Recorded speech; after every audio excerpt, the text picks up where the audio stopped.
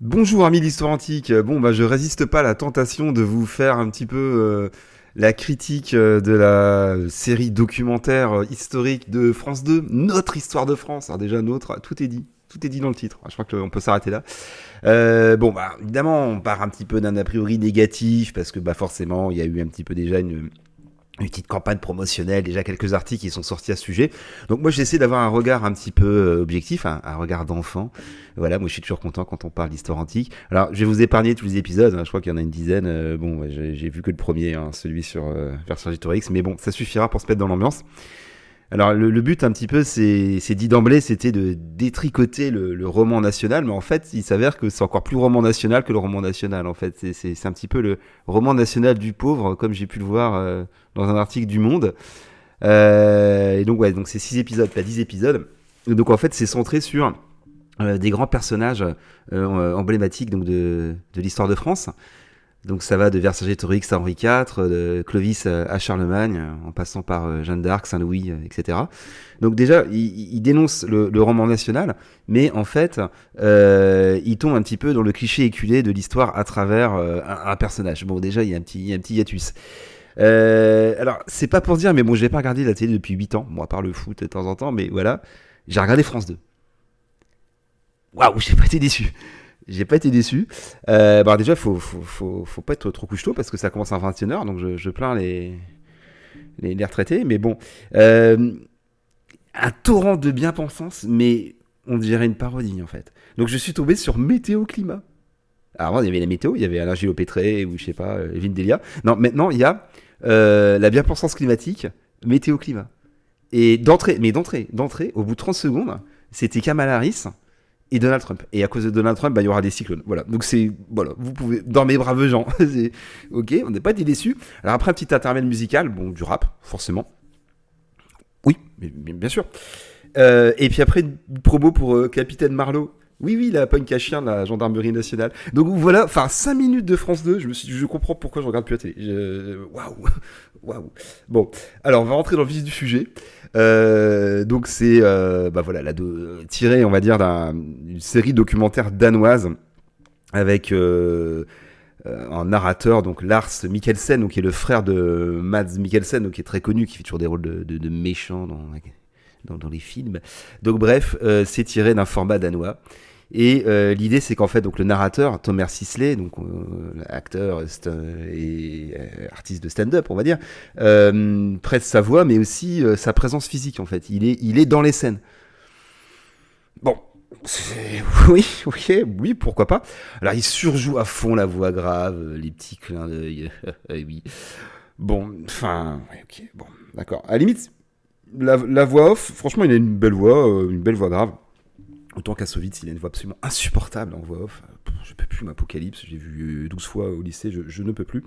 Enfin bref, Thomas Sisley, il a une belle voix, c'est vrai, il est pas dénué de charisme, voilà, mais de là à le planter au milieu du décor, bon, c'est un parti pris, allez, pourquoi pas, ils sont allés au bout du truc, allez, ça rend les choses modernes, bon, pourquoi pas.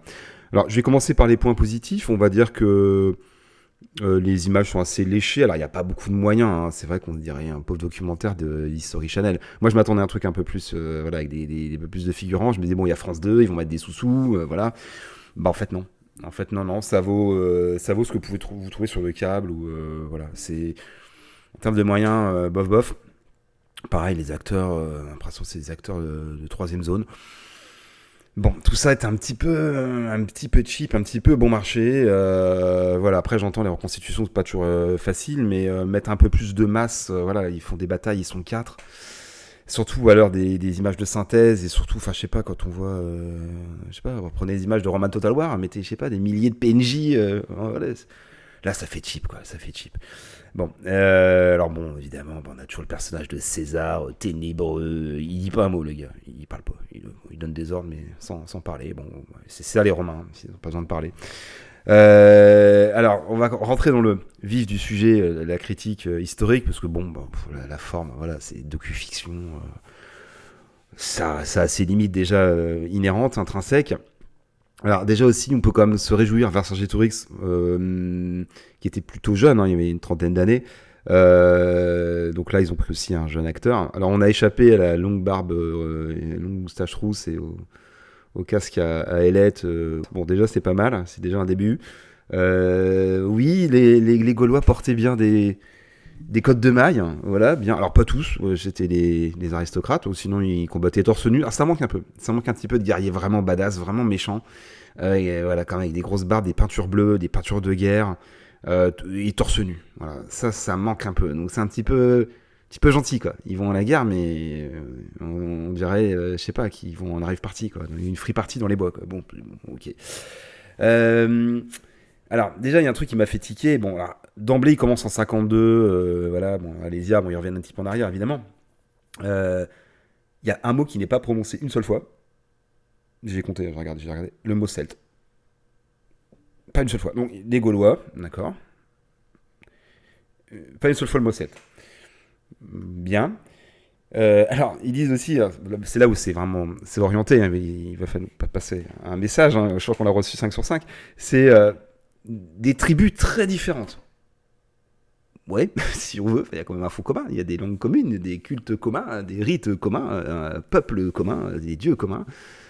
Certes, divisés en tribus, comme c'est le cas de quasiment tous les peuples antiques, hein, ne serait-ce que les Grecs. Hein, les Grecs étaient divisés en tribus et qui parlaient des dialectes différents, mais ils étaient Grecs, ils étaient Hellènes.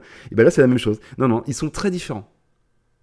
Donc ça sous-entend, voilà, on a compris. On a compris. C'est le vivre ensemble au temps des Gaulois, c'est formidable. Donc pas une seule fois le terme celte, pas une seule fois au moins une vague carte en disant bah voilà les Celtes sont pas qu'en France actuelle, voilà, moi, je vais pas vous refaire l'histoire, vous la connaissez aussi bien que moi. Je vous renvoie aussi à des vidéos que j'ai pu faire sur les relations entre Grecs et Celtes, voilà, trêve de promo, mais voilà, ils auraient pu au moins donner une dimension européenne au sujet. Bon, déjà.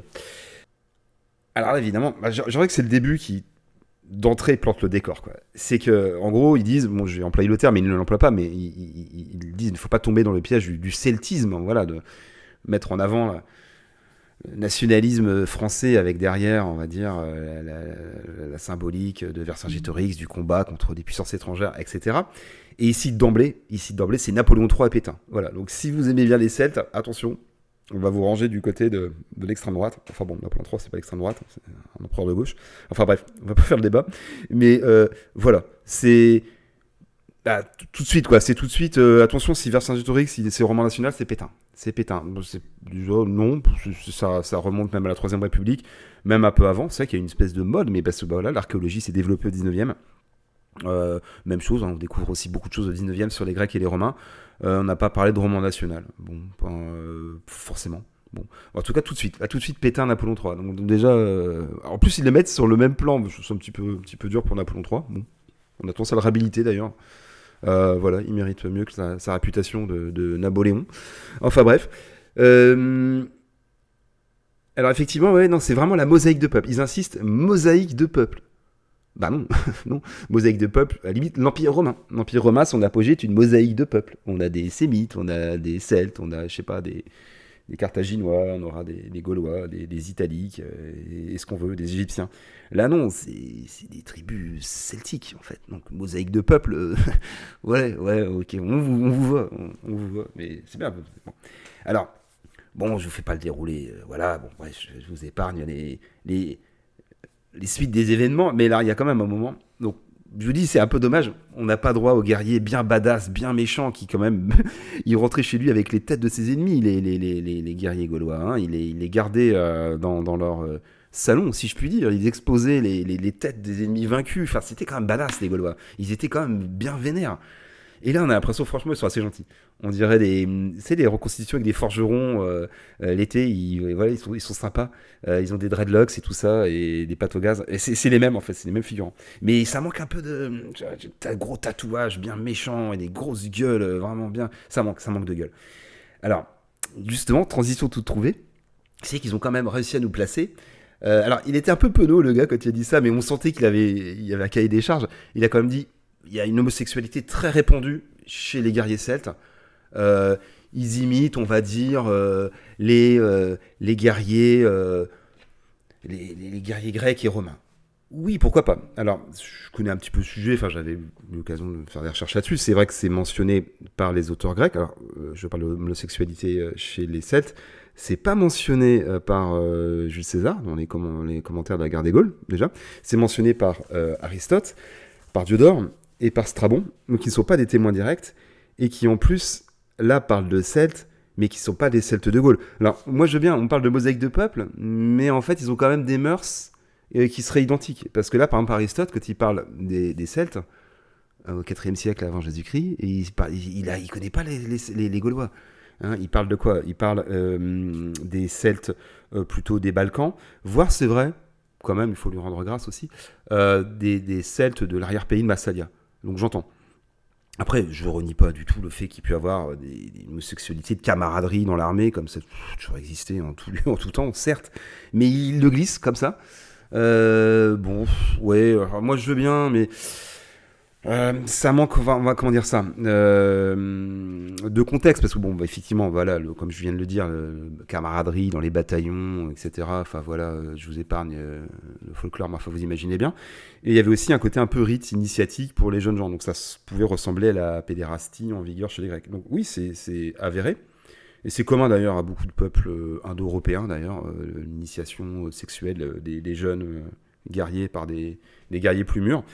Oui, je suis pas contre le fait qu'on en parle, mais pourquoi on parle de ça et puis pas de tellement d'autres choses, même je sais pas leur culte, leur dieu, leur mode de vie. Bon, ok. Alors je vais pas dire. Alors, il y avait un mot, je m'étais interdit de le dire. Je vais le dire, mais je m'interdis de dire le mot woke. Ouais, je ne le dirai pas. Voilà, je le dis, mais je ne le dirai pas. Bon, voilà. Quand même, faut pas tomber dans la facilité. Mais après, ouais, ça mériterait de bien savoir, je reviens, je pars après, je vais garder le fil de ma réflexion, c'est qu'effectivement Aristote, Diodore et Strabon, mais de quels Celtes il parle? De quels Celtes il parle? Il parle des Celtes des Balkans, il parle des Celtes d'Italie du Nord, il parle des Galates, d'Anatolie, est-ce qu'il parle des Gaulois, est-ce qu'il parle des Celtes, on dirait des Bretons, enfin c'est complexe. Alors, vous voyez, ça rejoint l'idée que je disais, c'est qu'ils parlent de mosaïque de peuples, mais quand ça les arrange, en fait, il y a une espèce d'unité. C'est-à-dire, une fois qu'un set est identifié comme ça, ben, tous les sets, ils vivent de la même façon. Bon, enfin bref, je vais pas épiloguer là-dessus. Ça a été dit, c'était, voilà, on sentait, bon, il fallait le dire. Bon, forcément aussi, les femmes qui tenaient le village, bon, ça, c'est normal aussi. Hein. Bon, ça, c'est évident, les hommes sont à la guerre. Les femmes tiennent la baraque. J'ai appris d'ailleurs qu'elles pouvaient hériter, je ne savais pas. Bon, bah, voilà, alors, donc grâce aux Celtes, hein, aux Gaulois, pour ce fait. Alors pour revenir, on va dire, sur les reconstitutions, elles sont, on va dire, comme je disais en préambule, un petit peu bon marché. Alors c'est pas indigne, hein, c'est pas ridicule, mais ça manque un peu d'ampleur. Et je m'étonne parce qu'il y a quand même beaucoup de clubs de reconstitution historique qui n'est pas trouvé au moins 100 personnes, quoi. Pas 5. Voilà, enfin je sais pas, ou alors vous faites des images de synthèse, mais enfin, c'est quand même un peu cheap, quoi. C'est un petit peu dommage. Alors l'équipement des Romains est plutôt correct, donc ça manque un petit peu de bouclier et de pilum. Hein. Ils se battent à l'épée directement, voilà. Et j'ai du mal aussi à distinguer le gladius romain des épées celtes. Bon après je suis pas spécialiste de l'armement celte, mais l'épée celte c'était une épée beaucoup plus longue hein, que le glaive espagnol, donc, qui a ensuite été adopté par les Romains. Enfin bref, bon, là évidemment, on peut toujours évidemment trouver des détails, pas faire plus royaliste que le roi, mais globalement, non, c'est honorable, il n'y a pas des casques farfelus, il n'y a pas des casques à cornes, les Gaulois ont des cottes de mailles, bon, après je vous dis, ça manque un petit peu de combat torse nu, et ça manque de cavalerie aussi, alors il parle à un moment de la cavalerie des Éduins, on voit un cheval. Oh, c'est dommage.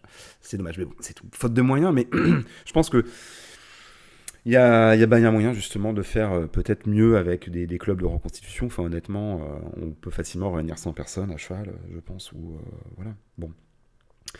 Alors, pour le coup, alors, le point noir, c'est le personnage de César. Moi, je le trouve vraiment fade. Enfin, décidément, depuis Alain Delon dans Astérix, César, ça va de mal en pis. Bon, bah, je sais pas, prenez un acteur qui a un petit peu de charisme, je sais pas, ou un Italien, et qui a une gueule un peu... Non, non, là, ils vont prendre un gars, mais franchement, on dirait le proviseur quoi, de mon lycée, quoi. Enfin, sérieux. Enfin, il y a beaucoup de charisme, d'ailleurs, mon proviseur, mais là non, c'est pas le cas de... C'est pas le cas de César, là. C'est un peu tristouné. Et puis, on sent aussi que euh, les commentateurs, enfin les historiens, ils mettent la pédale douce, qu'on sente que voilà, on leur a dit bon, vous adressez au grand public, donc j'ai l'impression qu'ils parlent quand même un peu des demeurés, quoi. Ils vont même pas citer des peuples. À un moment, je sais pas, ils parlent de, comme ça, je réfléchis à ça, ils parlent de Pompée, donc le rival de César, qui va aller conquérir des peuples, voilà, lesquels, qui, où, voilà, je sais pas, en Syrie. Les Grecs de Syrie, enfin je sais pas, ou les pirates de Cilicie, bon bref, n'importe quoi, une carte, voilà, des peuples, bon, bref, bon. Ok. Bon. La conclusion, elle est quand même lourde de sens. J'avoue, alors, ils ont fait très fort dans l'intro. Après, honnêtement, c'est pas indigne. Il n'y a pas des contresens ou des choix idéologiques, voilà, qui seraient biaisés. Mais la conclusion, je vous la lis telle quelle, je l'ai notée. Donc, Thomas Sisley nous montre la carte, etc. Bon, César a vaincu, Vercingétorix est mort en captivité. Et là, c'est les Gaulois vont disparaître. Avec un air grave. Oui, les Gaulois vont disparaître. C'est le grand remplacement, mes amis. Pour devenir les Gallo-Romains. Oui et non. Alors, j'ai envie de jouer sur les mots, mais des peuples disparaissent pas, ils s'hybrident. Oui, voilà.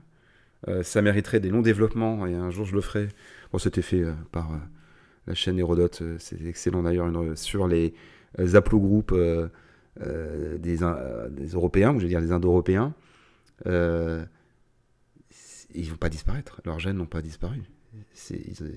Oui, les Indiens des Caraïbes ou, je sais pas, ont disparu, mais pas les Gaulois n'ont pas disparu. C'est...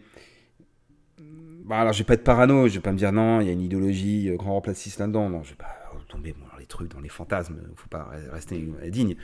Mais ils vont tailler à la serpe, c'est qu'il y a de le dire, en parlant de nos amis les Gaulois. Les Gaulois vont disparaître. Comme si voilà, leur culture, leur langue allait totalement être effacée par les Romains.